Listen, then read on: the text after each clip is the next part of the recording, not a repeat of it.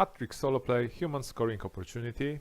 These are my cards. I have reached the final line with the ball, and now I initiate a scoring opportunity. I start by playing a card. I don't draw a new one, and play the topmost card for computer as usual, and my move is successful. Computer did not block my move. I'm moving here, computer expected me to move here. So the successful human move is always easy. You simply move your player following the normal rules of hat-trick. You may move your player, so if I don't need to, but I think in this case I will do it. Of course on the side indicated by your action card, because these are normal rules of hat-trick. So I'm moving my player forward. There is a sideways pass. However, if I want to perform a shot on goal, I need to make this pass. So I may pass to this player and shoot on goal. I may pass to this player and shoot on goal, which would be crazy because shooting from this position has practically no chances of going in. And I can just leave the ball by this player and decide not to shoot. Of course I can also play here and not to shoot, but I think I will just stay here with the ball and see what happens in the next round. So now let's have a look at the human failed move during the scoring opportunity. Hat-trick solo rules, solo play, human scoring opportunity, failed move. I have only 2 cards left. I play my card. Computer blocks my move. So now I look at computer's failed move algorithm, and it says that in the scoring opportunity I must move my player backward and I must switch places with an opponent. And I must look at the steps, and the first step tells me that the move must end anywhere in front of the ball. There are no fields in front of the ball because I'm in the final line of the pitch. So if impossible, the move backward must end in the line with the ball. It's also impossible. So I go further, and the step number 3 tells me that the move must end 1 line behind the ball. And of course I'm moving on the side indicated by my action card. So these 2 players have valid moves which may end 1 line behind the ball. So I may move this player backward or this player backward. Do I have a choice? No, I don't, because in the scoring opportunity there is a box in the move algorithm which tells you that when presented with a choice, move first a player in the central position. So first I must move this player backward, because this would be a logical move for the computer. Computer normally would get rid of this player, not this one, since this is much better shooting position. So I'm moving my player backward since the move has failed. Now I can perform the action because I have a neighboring player. See, it's a short pass, so I may be playing the ball to a neighbor, to this one or to this one. So I think I will play the ball to this player, and I'm allowed to shoot on goal. And the action phase is identical like in normal hat-trick for 2 players. The shots are identical too, with the only difference that I'm choosing where I want to place the shot, and I am simply drawing a random card for the computer player. Let's say this one. Computer got it neither right nor wrong, so no modifiers for the computer. I'm shooting with the card with the power of 4. I have a +4 modifier since it's a short pass, so the power is 8. Computer draws 3 cards from here. It's 3, 6, 8. So computer equaled the power of the shot, parried the ball to this line. So in this case, parried shots always go to the players with the numbers closest to the power of the shot. And since the power of the shot was 8, there is a player here with number 8. So the computer parries the ball to my player. So I have a new scoring opportunity. So I draw up to 3 cards and I may go again. So this time I will start by playing this card. Computer answers with this card, and what does it mean? My move is blocked again.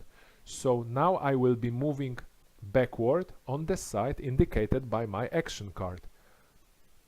And I must start my move first, of course, behind the ball. My move must end behind the ball, which is impossible. Then my move must end in the line with the ball. Then my move must end one line behind the ball. And finally, since I don't have any moves backward which could end one line behind the ball, but I have a move which can end 2 lines behind the ball, and this is this move. So I move my goal poacher backward. There is no sideways pass, and I have a dribble which I'm unable to perform because, well, we don't perform dribbles. The ball stays with where it is, and since I don't want to be shooting from there, I will continue with the scoring opportunity, this time playing this card. And this time my move is successful, so I may move on the side indicated by my action card. So I'm moving here. There is a sideways pass. And do I want to shoot from here? Well, I have one final card which is pretty strong, so I think I will skip it this time and will play my final card, but computer has blocked my move. So again I move my player backward. I move my player backward, and remember, when I have a choice between this and this player, I start with the player in the central position. So I move my player backward, there is no sideways pass, and if I want to shoot, and I do want to shoot because this is my final card, I must perform this short pass. And the only 2 players that I can pass the ball to are this versatile midfielder and this goal poacher. And since I cannot shoot from 3 lines from the goal, I will pass to this versatile midfielder and perform this crazy shot. And that's about it when it comes to human scoring opportunity. Hat-trick solo play scoring opportunity for computer. These are my cards. This is computer's team with the ball. Computer has reached the final line, initiated scoring opportunity, and now let's see the movement in the scoring opportunity for computer. Actually, is very similar to the regular turn. Let's first see successful computer's movement. Let's say this is computer's card. This is my card. Of course, I don't get to draw new cards in the scoring opportunity. Computer will have only 3 chances to find a good shooting position. So just like in regular 2-player variant, 2-player game for hat-trick. And now the successful move for computer player. In the first step, normally in the midfield play, I need to make sure that the action is successful, but in the scoring opportunity I skip this step. Why? Because in the scoring opportunity all actions are successful. You just perform them automatically by just giving the ball either to a neighbor or to a teammate in the same half. So no need to watch out for the first step. So we start from the step number 2. When computer's move is successful, and look, it is, first I must move my player forward and switch places with an opponent, and the move must end behind the ball. This is behind the ball, it's here. You can't see actually it because this is where the pitch ends, here. and this is in front of the ball, always looking from our perspective, from human perspective. So I don't have any moves which could end behind the ball, so I move to another step. After computer's successful move, I must move my player forward and my move must end in the line with the ball. Again, it's impossible because I have no player which could move forward, as this is the end of the pitch, and no player to move so that the move would end in the line with the ball. So I move to the step number 4. I must move my player forward and my move must end one line in front of the ball. And remember, I'm always moving on the side indicated by computer's action card. So there is such move. This is the move. And that's how we perform the computer's successful move in the scoring opportunity phase. Of course, then there is a sideways pass and the action step, but we will discuss it in a moment. Now let's focus on computer's failed move. Hat-trick solo play, computer's failed move. These are my cards. This is a card played by computer this turn, and of course normally I would not see it. So let's say I'm playing this card, I don't draw a new one, computer plays this card, and now we see that the move has failed. What happens then? The algorithm for computer's failed move in the scoring opportunity is very easy. I simply move I may move my player backward on the side indicated by computer action card. So do I want to move my player backward on this side?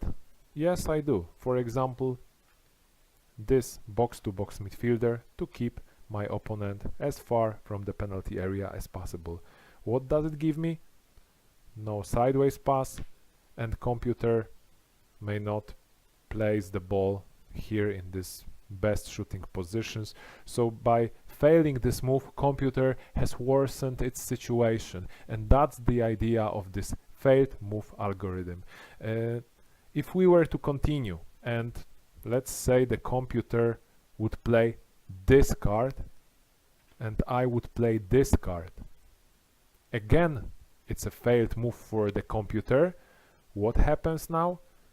I may move my player backward on the side indicated by computer's action card, and since it's a scoring opportunity, I may move the ball carrier. So I will, for example, move here. Computer plays a sideways pass, and then there is the action, but we will move to it later. Computer's scoring opportunity, the action. So these are my cards. I play one of them, and I don't get to draw a new one because it's a scoring opportunity. So we just perform the same steps as during the normal player versus player game. And now we play the card for the computer. And now the first thing, of course, before performing the action, we need to check if the move is successful. No, the move is not successful. I blocked computer's move, and in the normal turn there would be no move whatsoever. However, in the action in the scoring opportunity phase, this failed move means that I may move my player backward on the side indicated by the action by computer's action card, and I will move my player backward. Why am I moving the ball carrier? Because it's a scoring opportunity and I'm allowed to do that.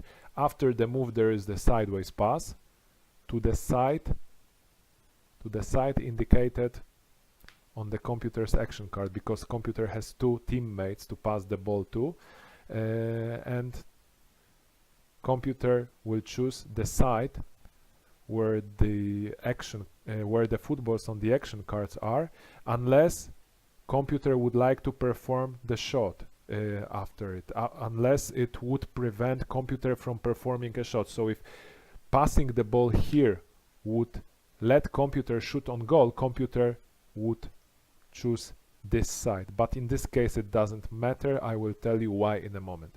So there is a sideways pass, and now the action.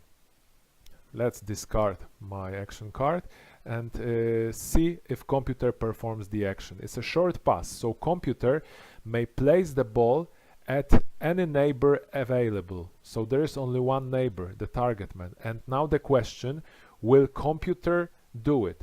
Yes, computer will do it. Why? Because there is a pass priority in the scoring opportunity phase. First in this pass priority list is that computer will try to place the ball in the central position in the final line. There is no possibility of computer placing the ball in this final line because there are no computer players here.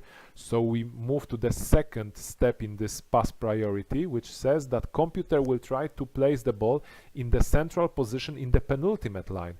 And yes, computer may do it, so computer will place the ball here because then the ball would be in the central position in the penultimate line.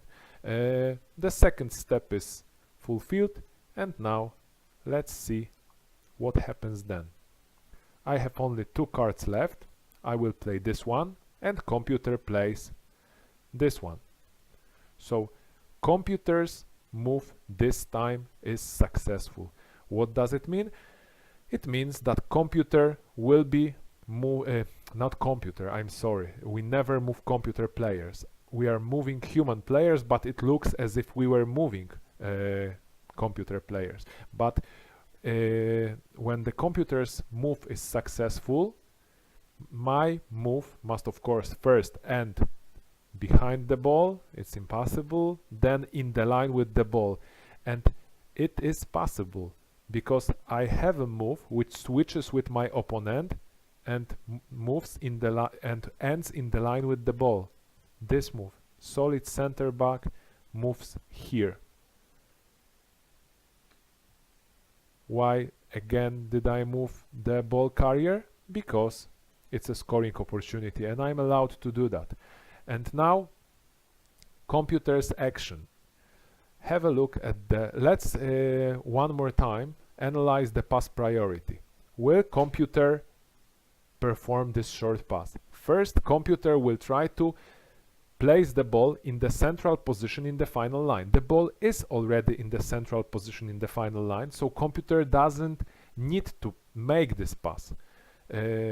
However, there is a footnote in the solo rules which says that when completing a pass would result in a shot, then computer would perform it. And now the question, when computer decides to shoot. It's very easy. Computer will shoot from these 2 positions with the minimum power of 3, and from this position with these positions with minimum power of 4.